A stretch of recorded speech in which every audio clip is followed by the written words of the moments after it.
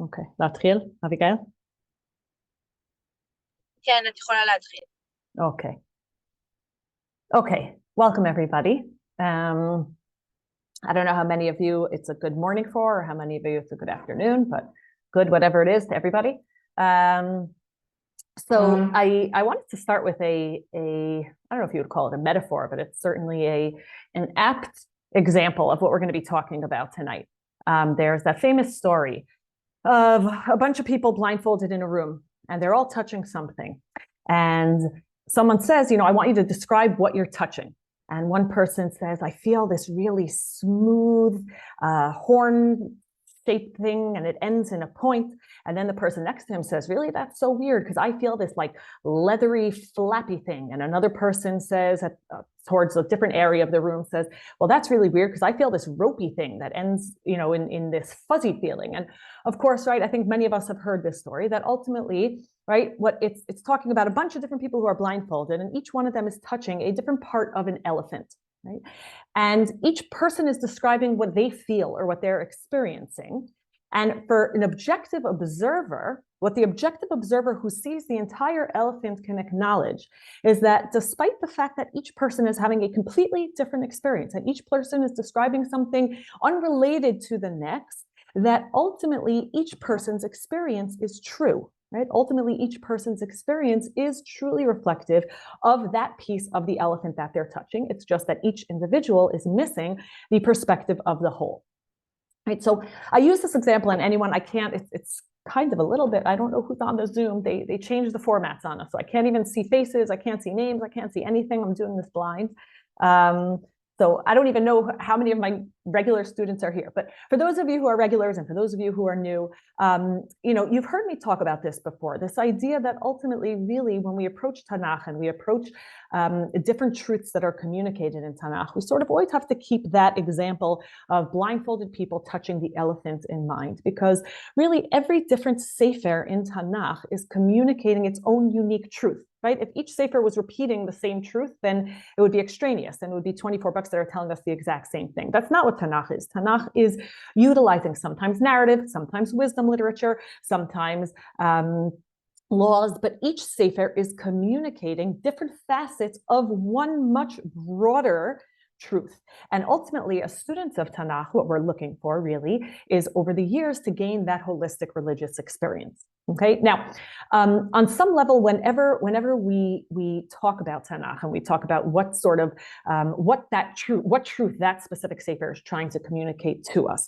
So really, very often, the question that's really lying behind that question is not just what truth is that specific sefer trying to communicate to us, but what concepts or issues was Israel wrestling with? What issues was Israel at the time that sefer was being written, wondering about or struggling with, or trying to understand that these narratives or these prophecies or these legal precepts are coming to answer and coming to make sense of or decipher, right? Because every sefer is prompted, right? They can be influenced, they can be given by Nevuah, they can be influenced by Ruach HaKodesh, but ultimately the writing and the reception of any given sefer is really fundamentally all about the questions that prompted the writing of that sefer. Okay? Now, Megillat Esther, and I don't have to tell anyone here on the Zoom, that is by definition unique because it's an exilic work, right? And so addressing the questions, or I would say the questions that prompted Megillat Esther are going to be very, very different than many of the questions we're used to in some of the first temple works, and even in the second temple works that were written inside the land of Israel, right? So just by way of example, and I really apologize, ignore the children in the background who don't listen when I say get out of the house. I'll give you just a couple of examples, right? So we have, for example, the question of what it means to be an ethnic minority, right? We always, or not always, but for the most part, one of the fundamental sort of ethical concepts that exists in the Torah and Tanakh is that we have to be nice to the ger, right? We have to worry about the minority that exists within our civilization, within our culture, and we have to treat them gently, and we have to be kind to them, and we have to sort of create a space for them.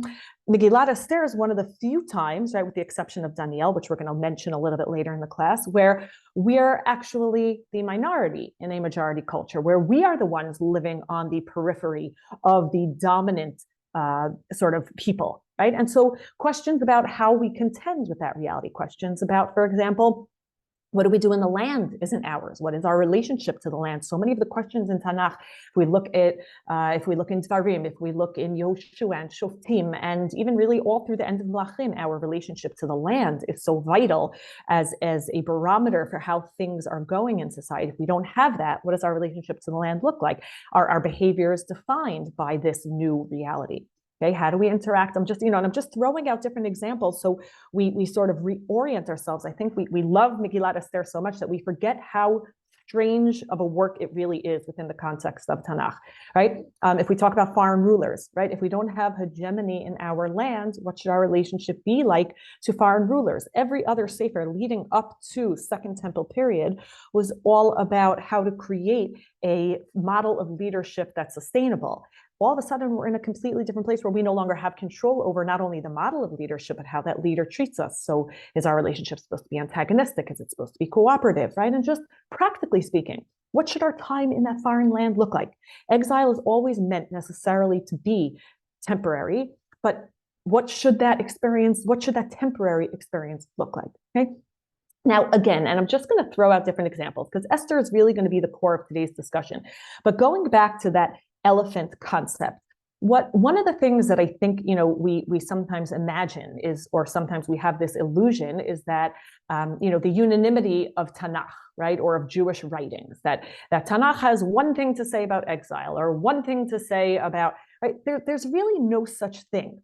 Okay, and I'm going to give you a couple of examples of just even from the exilic period and beyond of questions that were new to that period, right, to the new reality in which Israel found itself, and how we have different ways of even addressing those issues. Okay, so I'm just going to give you a couple of examples. They're here on your sheets. I shared the sources with you, so they should be popping up on your screens, but I don't want any confused looking faces on my screen to even know if that's not the case. So scream, I guess, if it's not.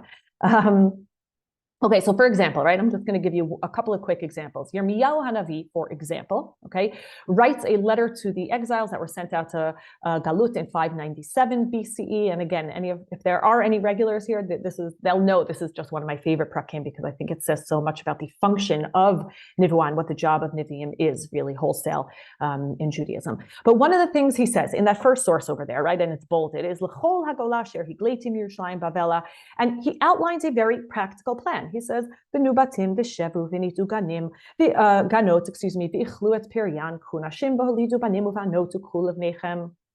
Excuse me, sorry, I don't know why my computer just ukul levnechem nashim v'etnotechem tzunila nashim, and it outlines a very, very practical way of living.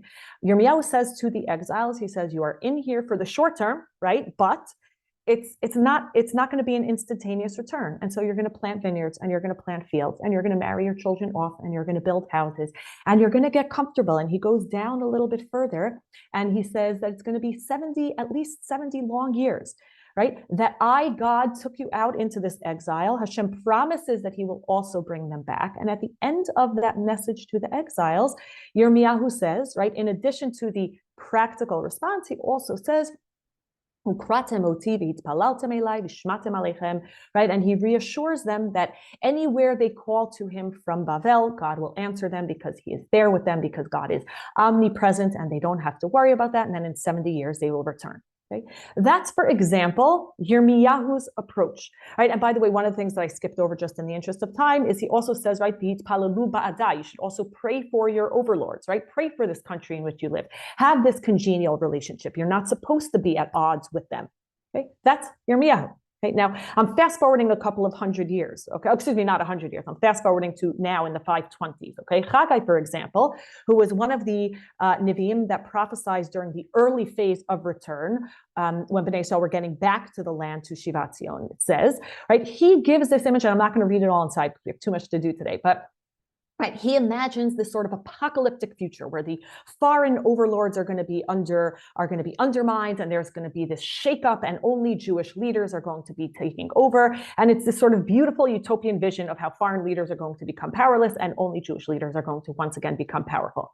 Okay, That's Chagai. That's very, very different than perhaps Yirmiyahu's approach to the foreign rulers. And if we go to Nehemiah, and again, I know I'm sort of conflating lots of different time periods, but which if we had a whole shiur, we would address all those nuances. But I'm just to give you sort of a broad, a sampling, right? If we fast forward to Nehemiah, who's writing at least about 100 years after Chagai. So Nehemiah is describing this relationship with this foreign leader in Bavel that actually looks a lot like what Yirmiyahu was anticipating. And he's describing how he was the king's right-hand man, and the king was so kind to him, but he wanted to go back to the land of Israel, so the king gave him permission. Right, but you don't see anywhere in Nehemiah, or certainly in Ezra Nehemiah, really altogether, what we see, for example, in Chagai, which is this hope for this apocalyptic future where all the foreign kingdoms are going to be overthrown. Okay, now I'm skipping over in the interest of time some other Second Temple works. Please feel free to look at them on your own, but because they're worth looking at. But one of the things that we find, again, and this shouldn't come as a surprise to anyone, is that over the course of Jewish history, depending on the reality, depending, for example, if the Greeks were oppressing the Jews or if the Persians were being benevolent to the Jews, our approach to a foreign empire shifted and changed over the years. Okay, so that's sort of on the surface or most obvious level. But one of the things that happens when we also look more closely at what we'll call the pragmatic approaches that the different Sfarim take to exile, or to the experience, right? To sort of, because Chagai, Zechariah, and Ezra Nehemiah are no longer talking about exile, but to the experience of being under, the sort of proverbial thumb of the foreign ruler, is that the pragmatic suggestions that we talk about, or what we might call, right, the Tanakh response to how to cope with the realities on the ground. One of the things we begin to notice is that the more closely we look, the more we realize that what we're calling these pragmatic issues, right? Yirmiyahu saying plant vineyards and fields and settle in for the short term, can't be disentangled from its theological components, right? So when we're asking how do we survive in a post-exilic world, we're really asking two questions that are inherently connected. We're asking on the first hand, right, what should our experience be as a disenfranchised, right, ethnic minority within a larger majority, which is what we mentioned a second ago. But that question really can't be separated from the topic of God, right? What is our experience of God, right? Because so much of our group identity is shaped by beliefs, by behaviors, by rules, rituals, regulations. So if we go back for 1 second, and again, you have it on your sheets, I'm not going to go back inside because I don't want to run out of time. But if you go back inside, one of the reasons that Yirmiyahu can say very comfortably set up shop, so to speak, right? Or one reason that suggestion might have been palatable to an exiled community is because in the same breath, Yirmiyahu assures those exiles that God's power has not been called into question. Yirmiyahu reassures them that their relationship with God has not been permanently severed, that if they call to him, he will answer, that God is still very much immanent, that all of the things that happened to them was orchestrated by God. There are no accidents in history. And so when he could say to them, bide your time, because he's also saying to them, bide your time with the comfort of knowing that the same God that exiled you is going to bring you back. Okay, I'll give you just, and if you look there, you have it on your sources, source 5, right on the top there, right? That's very similar to, we said Nehemiah has this sort of lovely, friendly or sort of working relationship with the Persian emperor. The reason he can have that, or the reason Ezra and Nehemiah takes the stance they do vis-a-vis the foreign leaders, is because the very, very first pasuk in Ezra sort of sets the tone for how the Sefer sees foreign rulers. Talks about Koresh Melech Paras, Hashem He'ir et Ruach Koresh Melech Paras. Koresh isn't an accident of history. Koresh was specifically inspired by God, or placed at that point in history by God, so that he can enable the Jews to rebuild the temple. And so if foreign leaders are seen through the lens of puppets in God's sort of, ultimate stage of history, so then the theology enables us to employ the practical sort of plans that the different Sfarim outline for us, okay? Again, I'm not going to go through all the different examples, but you have just, I'll say it just Be'al-Peh. You have, for example, there the Daniel on the page, right? Daniel is the example of the exiled Jew, or I would say Sefer Daniel is the example of the exilic work that really claims you can have it all, right?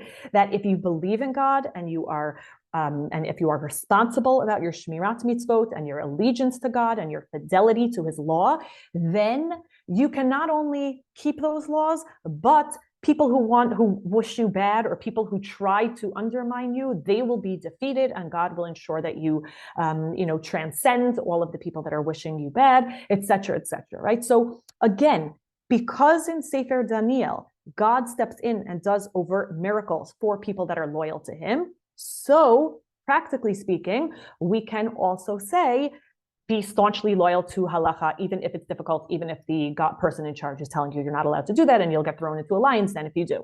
Okay, so that's how the pragmatic and the theological sort of really are I think, or at least the way I understand it, inextricably linked. Okay, and again, I'll remind you, it's just like the elephant, right? We're not asking which is right. Right? What we're asking is, how are the words of this specific work that I am looking at addressing or providing practical and conceptual solutions to the challenges that the specific community that produced this specific work was facing. Okay, now Esther, we know, there was a lot of debate surrounding Esther's status. Right? We know that there's the whole debate in the Gemara, Esther, is it Nitamayandayim or is it not, which is essentially, it's sort of a rabbinic term to discuss the question of whether or not Esther should be canonized in Tanakh, whether or not Esther is considered a holy work. And by the way, that discussion was really taking place in the Gemara after the canon was already fixed. Right, so that really speaks a lot to the sort of controversial nature of the Sefer. And there's a lot of suggestions as to why the Sefer was controversial, right? And I think many of these have been discussed many, many times, right? So for starters, and again, you have these sources on your sheets, but I will, sorry. And no, you do not have them on your sheets. My apologies. I cut my source sheets actually shorter because I was worried we were going to run out of time. But I will say to you many of you are, right, the benefit of teaching about Megillat Esther is that people are at least familiar with the story, right? But for starters, Esther is married to a non-Jew, right? If we look at so many of the Second Temple works, not necessarily the ones, certainly Ezra and Nehemiah, but also even Second Temple works that were not canonized. If we look at the story of Judith, for example, right? Judith, the story is all about how she resisted having to sleep with a non-Jew. If we look at Ezra and Nehemiah, one of the biggest issues during the period of the restoration is intermarriage with foreigners. And so the fact that Esther is married to a non-Jew is anomalous in the context of so many other Second Temple works, or not necessarily that she's married to a non-Jew, but that it seems to be, at the very least, condoned, right? Or if not condoned, then sort of ignored enough that it's not an issue. Ezra and Nehemiah would have a very, very big issue with something like that, okay? We talk about the fact that Megillat Esther is about Jews living in Persia, and not just that they're living in Persia, but that we don't see this sort of desire to move back. If we look at Daniel, just by way of example, Daniel stands by the window and he davens to the direction of Yerushalayim, more the model of an exiled Jew that we might be familiar with. And in Esther, again, we're not saying they didn't value Israel or they didn't value the notion of a people in a land, but it's just not addressed altogether. Okay, so all of those different issues are clearly what factor, and probably more that we're not even thinking of or that I'm not mentioning, factored into the sort of conflict or the debate around the canonization of Esther, and even, as we mentioned, beyond. But for the sake of today's discussion, I really want to focus on one specific anomalous aspect of the Sefer. And I think that if we look at Esther in the context of other exilic works and see how closely, and this goes back to what I said a minute ago, how closely the pragmatic solutions are connected to theology. Okay, so when we look at Megillat Esther, one of the most shocking aspects is the fact that God is conspicuously absent. Right? And in the context of Tanakh, when we're saying that the experiences and the pragmatic suggestions for how to survive in a post-exilic world are inextricably linked to theology. So then for a student of Tanakh who's used to seeing both of those come hand in hand, the question is, what are we to make of the story, right? Or of the suggestions, more broadly speaking, that the author of Esther seems to be making about survival. And now, again, I'm not going to talk about so much of the later interpretation, but because I've done that in some of these other classes that we've done on Megillat Esther. But we know that, the Midrashim fill in that every time it says Melech, it's really an allusion to Hashem, or even the Greek translation of Megillat Esther inserts God and turns our heroes into sort of more Hamish figures, right? Because they were uncomfortable with how different Megillat Esther was. And I've said this in the past, I think when we do that, we lose the brilliance of the pshat. Okay, and the question, the brilliance, I think, lies in what Megillat Esther is saying we should do in a world where God is conspicuously absent. Right? Now, if we start at the, let's reframe the question, right? If the Megillah is not teaching us about God, so then the question we have to ask is, okay, so then what's it really teaching about? And if this were live and I could see faces, I would say, what is Megillat Esther teaching us about? It's very hard to talk to yourself for an hour. But if I were to pose the question, what is Megillat Esther, right? What is Megillat Esther really all about? So one of the things that actually makes another thing I should say that makes Megillat Esther unique is that Megillat Esther is an ideology, which means that Megillat Esther is one of the few Sfarim in Tanakh that actually explains why it was written. So many other Sfarim in Tanakh, we ask why was it written, what was it doing, what was it addressing, and then we come up with all sorts of different answers as to why the author, or why this Sefer specifically was written and what questions it was answering. Megillat Esther is very, very clear from the beginning. Megillat Esther makes clear, and you have this in sources 7 and 8, that the Megillah was written because every year, or so that every year we can remember the fact, right, source 7, Al-Kain goes, my apologies, sorry, right, it's that every year we should remember that this happened, that Haman wanted to kill the Jews, but and in the end he ended up being hanged and we ended up being saved, and what should have been a Yom of Evel turned into a Yom of Mishteh and Simcha. Now, and again, that's unique in many ways. Most Sfarim in Tanakh are not ideologies. So the fact that Esther explains at the end why the story itself was written down, and explains that the story itself was written down to support the institution of this extra biblical holiday, which was, right, don't forget, this is pre-Hanukkah, so it's the first of its kind in history. And the Megillah says that the story is coming to explain the background for the holiday. So that in and of itself is something that's really, really interesting. But one of the things that I think, and this was the sources that I thought I had there, but it's actually the one that we're going to go to now. Right? One of the things that's, I think, if we think about it, that makes the holiday, if we're saying the entire Megillah is about this holiday, so then you would expect the holiday to have a pretty amazing name, right? You would expect that the entire Megillah is written so that we remember.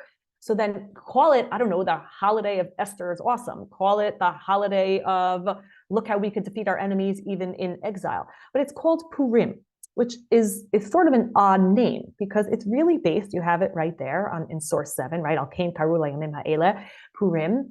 And it mentions that it's based on that one small pasuk back in Perek Gimel, which you have there and it's bolded, B'chodesh Harishon, right? B'chodesh Nisan. And it talks about how Haman drew lots. And in order, by the way, he drew lots before he even gets permission for the edict, right? He drew lots to pick a day. And that way, when he goes into Achashverosh, he already has the day marked on his calendar and he knows which day he wants to kill the Jewish people. Now, we're all familiar with the name Purim. We know that the holiday is called Purim. But if the holiday were not called Purim, and I gave a random quiz and I said, what did Haman do, or how did Haman pick the date that he chose to kill the Jews? Most people probably would not even remember that he drew lots. It's such a minor detail in the bigger story.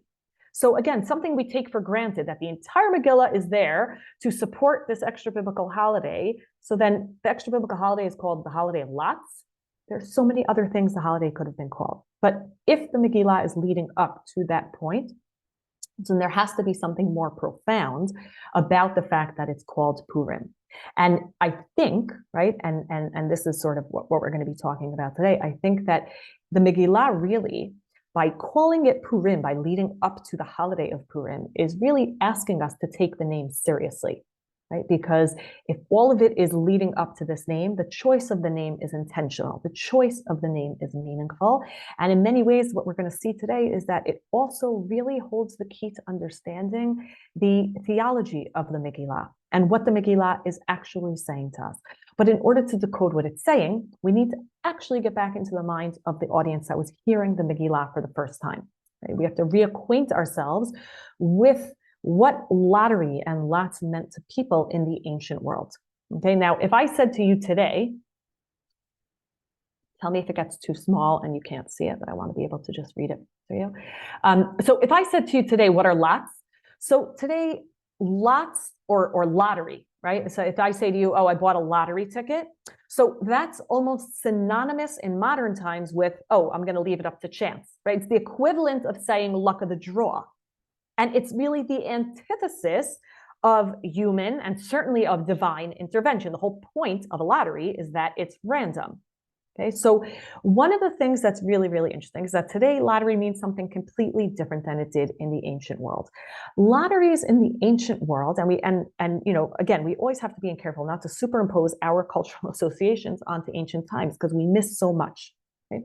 The casting of lots in general and the casting of actually dice in particular, and you have pictures on your pages there, is one of the ways in the ancient world that people were able to understand or to commune with God or to select one possibility from a variety of decisive possibilities with the belief that God was showing them the outcome or showing them the choice that should be made.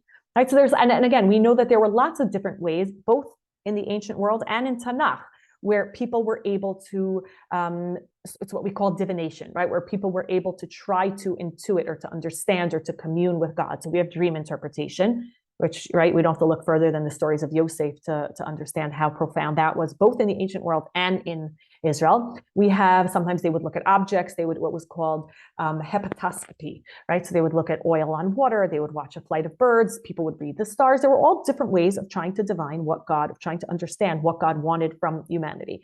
But one of the more, one of the ways that certainly we see more incidences of in Tanakh is this idea of either casting lots or drawing lots from the inside of a container. And that's exactly the picture that you have there.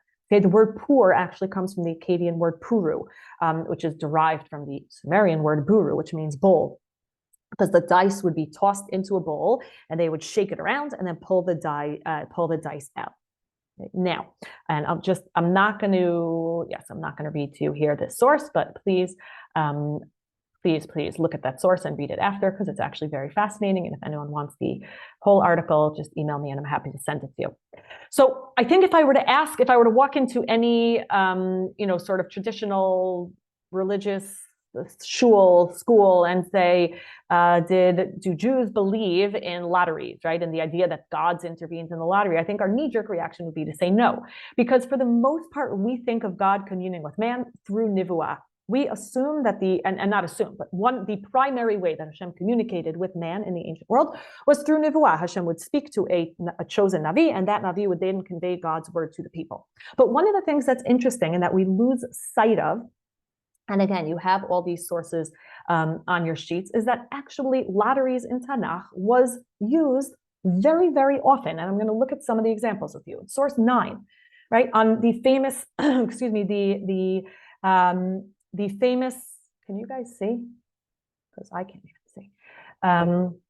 On Yom Kippur, the Kohen Gadol, in the case of Vayikra, it's Aharon, but it would be the Kohen Gadol, any Kohen Gadol in subsequent generations. It would say, "V'natan Aharon al shnei ha'seirim goralot, goral echad laHashem, v'goral echad la'Azazel, v'hikriv Aharon et ha'seir asher ala alav hagoral laHashem, v'asau chatat, v'ha'seir asher ala alav hagoral la'Azazel, yamad chai lifnei Hashem, chaper alav l'shalech et Azazel, oto la'Azazel hamidbarah." Right? So in the Mishkan, or later on in the Beit HaMikdash, the Kohen Gadol would come, he would choose a lot, and whichever seir, whichever sheep the goral would fall on, that's goat, I just said sheep, whichever goat the lot would fall on, that's the goat. One would be brought as chatat, and one would be the seir la'Azazel. Okay.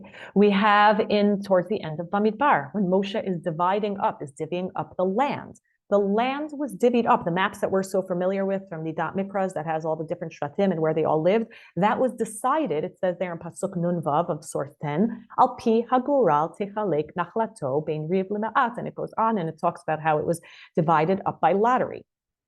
We have the same thing later on in Sefer Yoshua, where Yoshua also goes back and actually Yoshua divides up the land again based on those lotteries. But in source 11, you have another example of where lottery comes into play.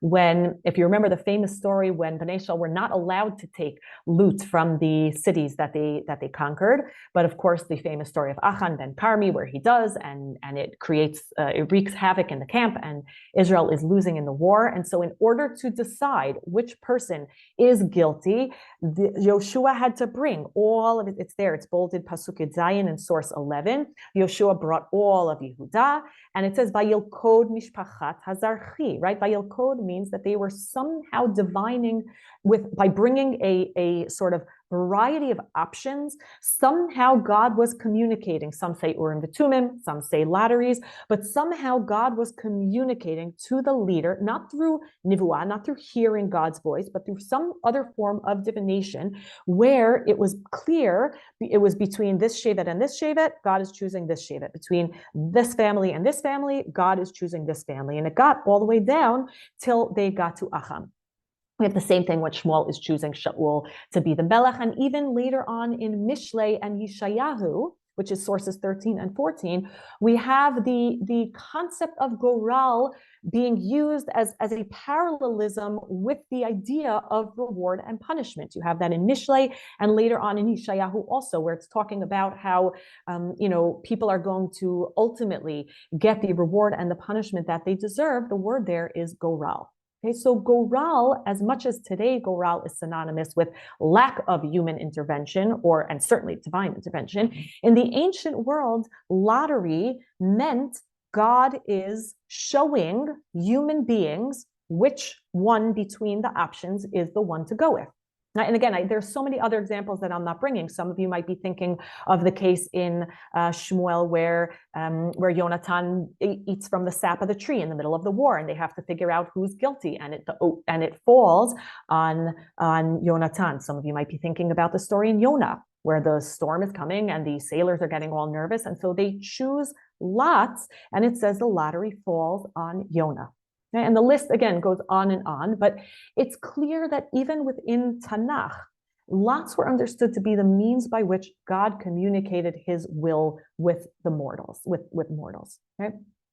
Now, the question is, right, going back, we said of all the names we could have used for the story of Purim, if the Megillah is using the word Purim, it means that it's trying to teach us to focus on the relevance of that seemingly insignificant episode with the lots. It's drawing that pasuk of Haman drawing lots into high relief, and perhaps shining a sort of, right, shining a light on something that we might otherwise would have missed. So the question is, what is it shining a light on?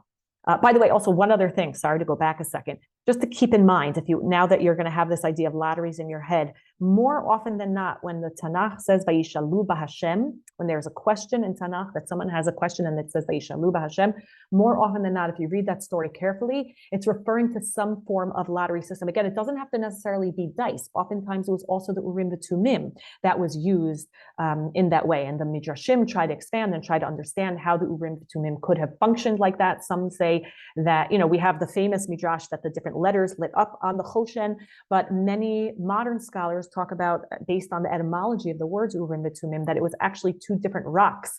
And the rocks were used almost as these, not dice, but almost as, it would be either yes, no, it was just yes, no questions, or when you had to choose between two options. So when you see the words Vayishalu b'Hashem, look carefully at those narratives and see if perhaps you see within there this form of divination that we're talking about. Okay, so now we're going back to this question. Why is this word Purim important? Why is it important that lots in the ancient world meant that the gods were involved? So if I say to you, whatever you do, don't think of a red hammer. All you can think of right now is a red hammer, right? So if we're saying that in the ancient Near East, lotteries necessarily involve the gods, and then we read about Haman reaching out to his gods, and then about things working out in our favor. So if we are an ancient reader, That would be like the red hammer. It would be impossible for an ancient reader to read the Megillah and not wonder about the role of the gods in it all, and particularly our gods in that. We can't help but think about God when we hear about lots. Now, again, God does not appear, but we know that Haman was engaging the gods, the deities. Our God was there. Okay. Now, again, I mentioned this at the beginning, many of the Midrashim fill in those blanks, but I think specifically the fact that the Tanakh does not, the Megillah itself does not insert God into the story is really part of the beauty of the Sefer, because I think in many ways, really what the Megillah is acknowledging is one of the most quintessential aspects of the exilic experience. And the exilic experience, right, as opposed to, for example, Daniel's experience of exile, where people get thrown into fiery furnaces and they come out unscathed, that's beautiful. That's not what most of us experience in Galut. Most of us don't see angels fluttering around. Most of us don't experience miracles that assure us consistently, unequivocally, that God is going to step in and change how things play out. For the most part, exile is a very unsure, vulnerable place to exist. And I think the Megillah, by not talking about God, is not saying God is not involved, but it's acknowledging that experience. It's acknowledging that uncertainty. It's acknowledging that there are lots there, but how does God fit into that story? We see hints of God, all of the serendipitous way that things turn out, and we look for hints of him, but the reality of exile that's being reflected in the Megillah is that we actually never truly know to what degree God is hands-on in the way that we knew God was involved when the prophets spoke. And so that painful reality is what the Megillah is acknowledging. And I also think what makes it so real and so poignant, despite all of its fantastical content, right, which we're going to talk about in a little bit. But that's why I think Megillat Esther, for so many years of exile, proved to be the most popular book, because it acknowledges the pain, it acknowledges the uncertainty, and I think it resonates with the exilic experience in ways that Kriyat Yam Suf can't, when Jews were suffering all those years in darkness and in uncertainty. Now, the issue is, though, right, if God is in fact hidden in exile, which Megillat Esther acknowledges, God is hidden, God is behind the curtains. We're not questioning God's existence, but we are in a very real way questioning how much God is involved and how hands-on God is. So then I believe that the really follow-up question which Megillat Esther is addressing is not, is God part of this, but how do we deal with that reality of, as Chazal, right, link, Haster Astir et Panai Mikem. How do we deal with the reality that sometimes exile is really scary, and sometimes exile is really dangerous, and sometimes we wake up one morning and the people we thought were our friends and the people we thought were going to be loyal to us, I don't have to tell anyone, right, on March 10th, right, what that looks like. Sometimes we wake up and exile is a terrifying place to be. So Megillat Esther is not just answering whether or not God exists. Megillat Esther is saying, how do we deal with that fear? So I think there's a lot of things to say about that, but I took one approach today that I think ties into lottery, and I think ties in really to the essence of what the Megillah is about. And I want to read to you a quote from George Steiner, who talks about he writes, it's from a work called The Death of Tragedy. Sorry, I don't know now if you could see. And I'm just going to read from the bottom, okay? And what he basically does is he distinguishes between comedy and drama. And he talks about what makes a comedy and what makes a drama. What are the elements that are consistent in each genre? And how do we know the difference? And how does each genre, what does it do? What function does it serve?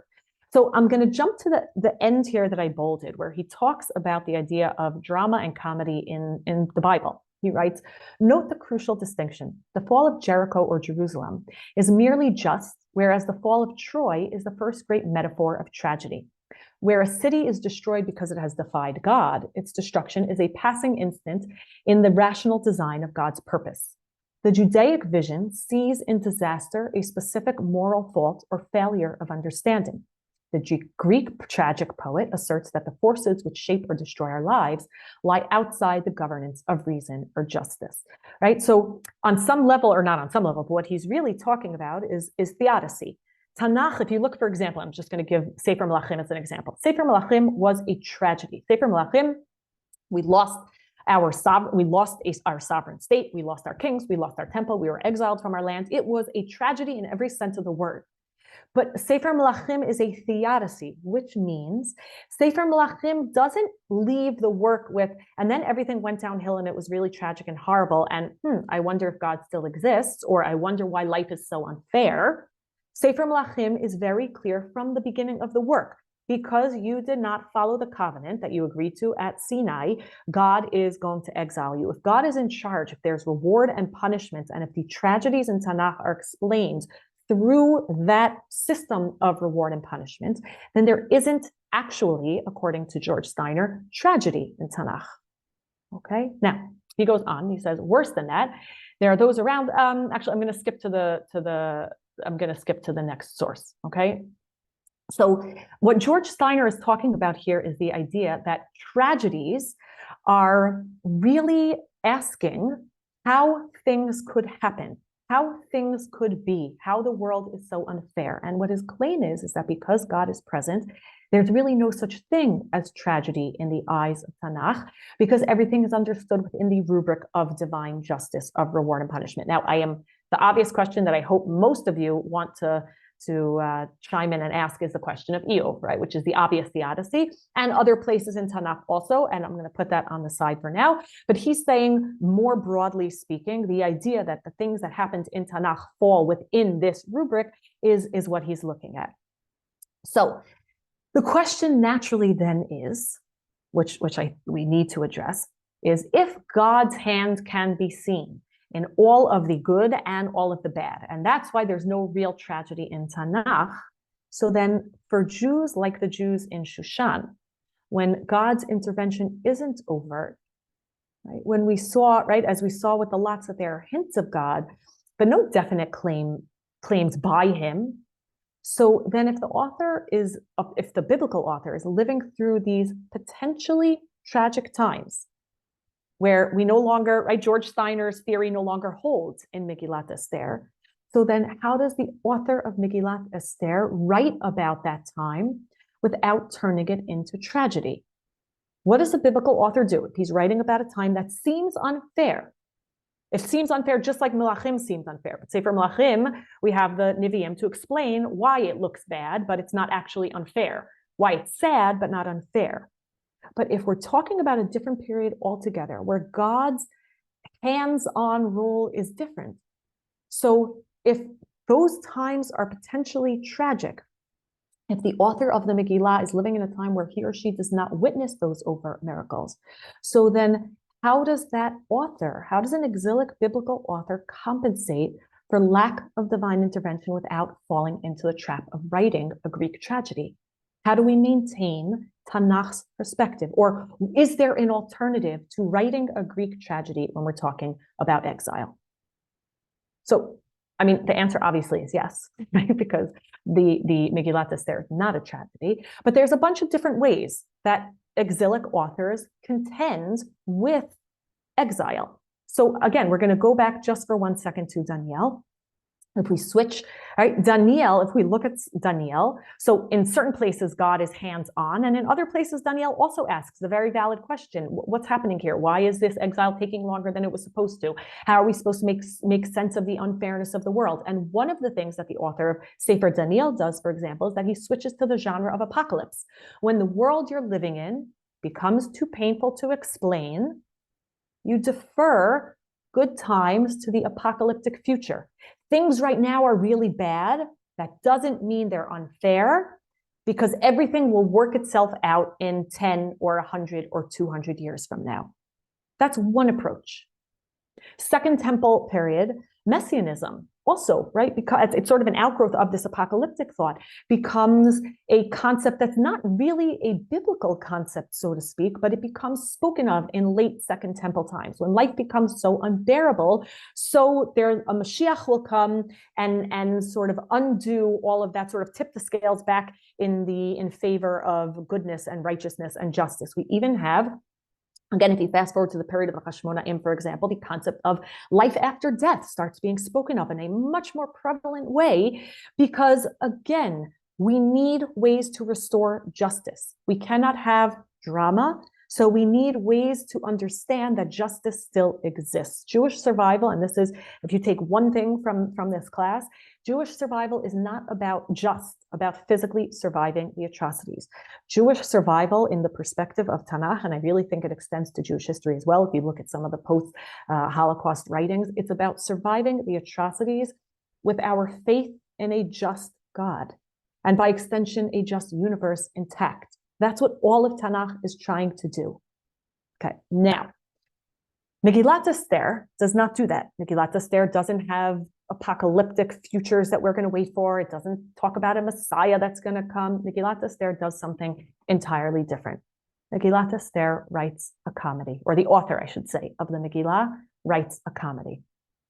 Okay, so a comedy, and I'm going to read to you here just very quickly. Source 16, comedy was the licensed clown of the Athenian democracy. And its proper place and time is civic and religious duty was to release its audience from restraints and inhibitions. For an hour or two a day at the end of the day, comedy had license to turn the world upside down. Its plots defy reality.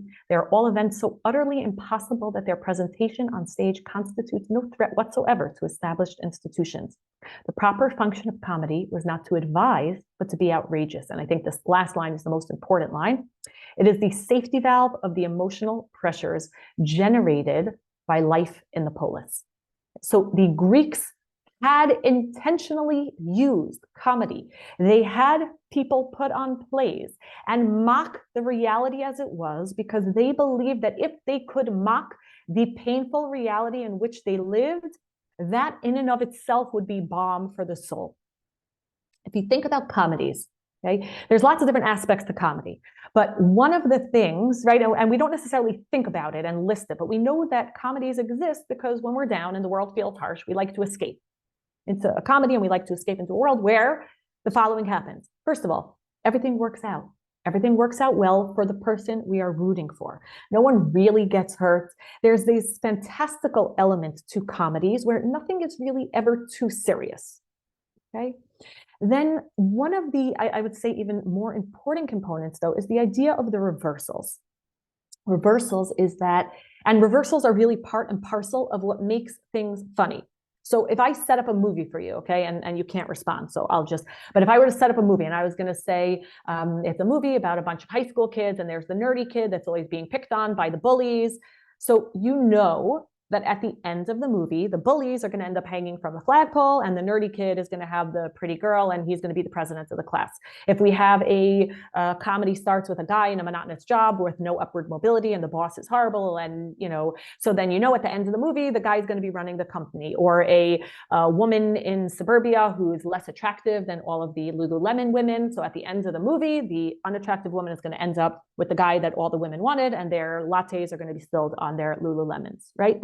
That's how the reversals work, because essentially the aspect of comedy that's cathartic, which the Greeks understood, is that the reversal is not just a reversal of what happened in the beginning of the movie, it's the reversal of the assumed hierarchy, right? My kids loved this movie a bunch of years ago, No Day, because the movie is essentially fantasizing about kids who rule the roost. It's one day where the parents aren't allowed to say no to anything the kids say. And that's what the whole movie is about. So it's hilarious to kids because it gives them the ability to fantasize about a world in which they could tell the parents, we're not going to school, we're eating candy all day, we're going to the amusement park, whatever it is. And that's funny for children because they know that in reality, that's never happening. But for 2 hours, they could watch that movie and fantasize. That's what the Greeks did. By the way, no surprise that the Catholic Church banned comedies because the Catholic Church couldn't handle the idea of undermining or of being subversive. For Jews in exile, under the proverbial thumb of the foreign dictator, with uncertainty about what tomorrow is going to look like, part of the ongoing experience, or I should say, part of the way they dealt with the uncertainty is comedy. So when we look at Megillat Esther, when we talk about the holiday of Purim, the author wants us to laugh. The word Purim is there because it's forcing us to focus on Haman's hubris, obviously, and it's forcing us to think about that moment. So think about a world where an enemy consults with his gods when the most auspicious day is to murder every last living Jew. But by the end of our movie, on that day, he's been hanged from the very tree he was preparing for the Jewish hero.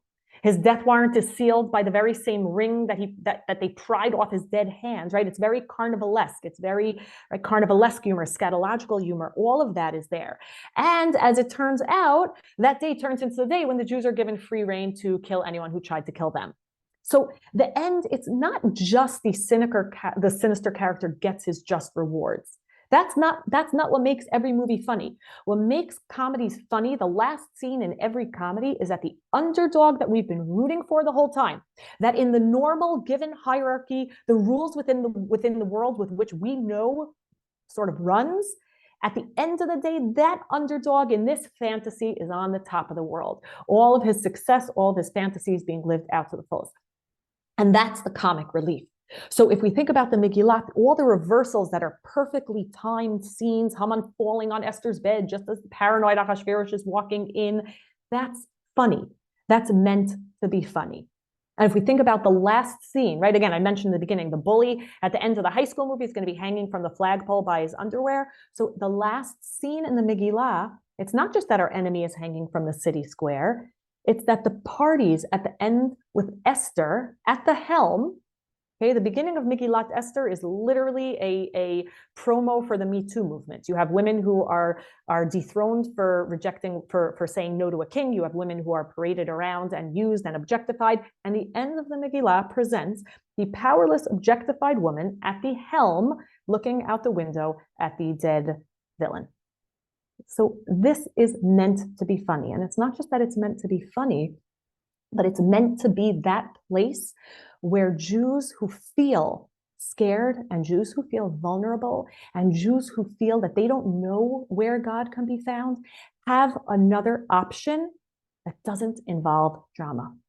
And by the way, I'm not going to get into it now because we're running out of time. We have 2 minutes left, so I just want to finish up quickly. But if you look throughout, there's a lot of books that have been written about how Purim was how Purim was celebrated throughout Jewish history. And if you look, one of the things that's so fascinating is that the various traditions associated with Purim are always reflective of how powerless the Jews felt in any given scenario. So in medieval times, they would be mocking the authority that was specific to them. In Russia, they would hang an effigy of the Tsar that was sanctioning pogroms. It was always that undermining of the hierarchy and fantasizing about a day where in this carnivalesque world, for one day, you could put on the costumes, no one knows who you are, and the hierarchy is broken down and it's subverted. But I want to finish with this because I know we only have a couple of minutes left. I think all of those are really, really important components to comedy, but I think there's one really important last difference between drama and comedy. If you picture the last scene in any good drama, you're usually going to have the movie pan in on the hero, that one individual who the movie was about. The struggle or the conflict that individual was working through over the course of the movie. So at the end of the movie, that there's that resolution, and that individual is the focus of the movie. If you think about any good comedy, think about any ridiculous rom-com that you don't even have to watch to the end of because you know how it's going to end, but we watch anyway because it's fun. At the end of the comedy, the villain, who's the anti-hero, right? He's also antisocial. The end of every comedy doesn't end up focusing on the one hero. It ends up on the community. It ends up with the dancing at the wedding of the girl unlikely got the guy. It ends up with the party at the end of the high school movie. It ends up with the entire community celebrating together. At the end of a good comedy, the whole cast of characters ends up together and they do the outtakes and we all laugh. Because if you think about it, the anti-hero is not just the anti-hero, he's anti-social. It's the principal that's always strict, that's ruining everybody's plans, that at the end of the movie ends up not being powerful anymore and the kids are running the school. It's the genre of comedy is that the community can work together, that hierarchy is rigid and hierarchy is sometimes unfair, but if the community pools together, they can undermine that. So I think this brings us really in many ways full circle. There's a lot of things that we could say, right? We said in the very beginning, that there's a lot of things that make Megillat Esther strange, that makes it not fit in with what we would expect from a traditional biblical work. But I also think, and I really, really believe, that the very things that make it strange are what make it powerful and what make it real for us. We live in a world, and again, I don't have to tell anyone this, we live in a very unpredictable world. We live in a world that I think maybe today more than ever, we realize how quickly we can go miagon l'simcha and misimcha liagon. And we can go from, I'm going to try to get through the end of this year without crying. So we can go from one extreme, one emotional extreme to the next. And I think that what Jewish tradition allows us is one day a year where we cry.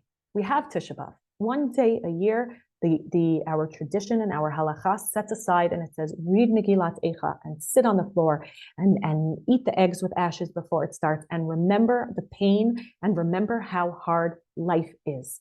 And that's a really important day in our calendar. But I also think, and I think particularly this year, perhaps more than any other year, we also need to remember that our tradition also tells us, and doesn't just suggest it, it charges us one day a year to escape into what makes us laugh.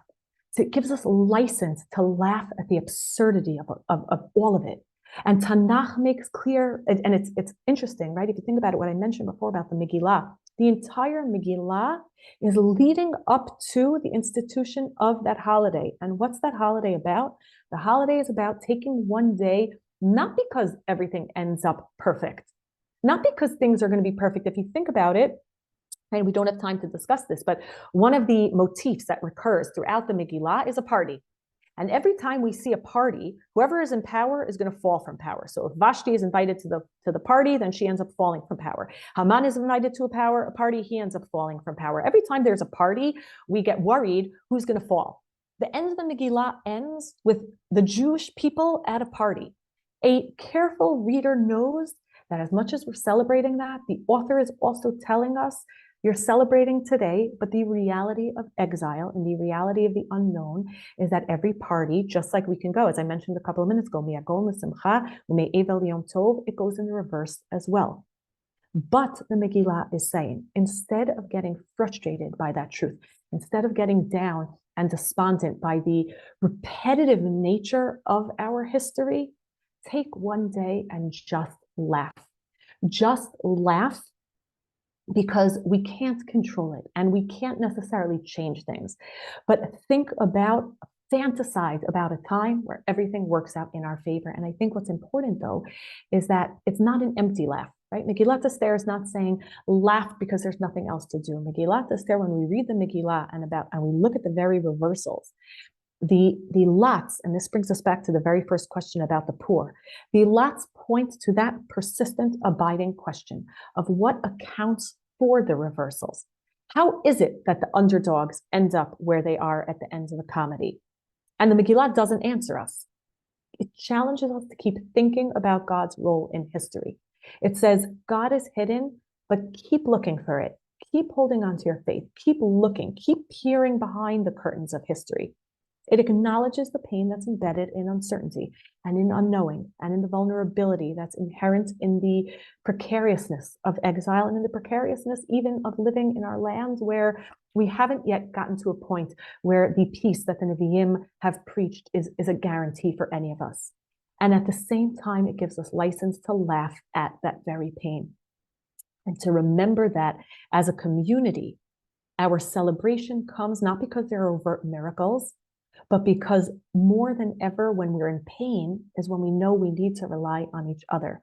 That's when the Esthers and the Mordechais come out of the woodwork. That's when the individuals, and again, I'm not going to get into anything happening in Israel today because I will not get through the end of this, but if we think about the individuals in this country, when the people were in pain, came out of the woodworks, put their personal interests aside, put their own lives aside, and anything that was meaningful to get them, to make sure that the fate of their community is the number one priority, that's something that the Megillah is telling us we need to celebrate. And we need to be able to appreciate the joy, and we need to be able to laugh together. I think that if we can do that, and if we can recognize that our tradition allows both for true sadness, but also for true laughter, despite or even because of the pain, then I think we can all walk out of the Megillah reading and want really to want nothing more than to continue laughing and celebrating our complicated but ongoing and eternal survival with each other. I will stop now. Sorry, I'm 1 minute over, but Abigail, I don't know if you're still here, and I don't know if I'm allowed to answer questions. Is there a way to unmute everybody? Try to unmute you. Okay, I'm not seeing it. Okay, so I will end here. I hope there are no pressing questions. If there are, feel free to email me. Matan has my contact information. And wishing everyone really this year, of all years, is not an easy year to smile. It's not an easy year to find the laughter inside of us. But I really, really do believe that that our tradition is asking us to do that, because our tradition understands that that's part and parcel of our survival. Okay, have a good night, everybody.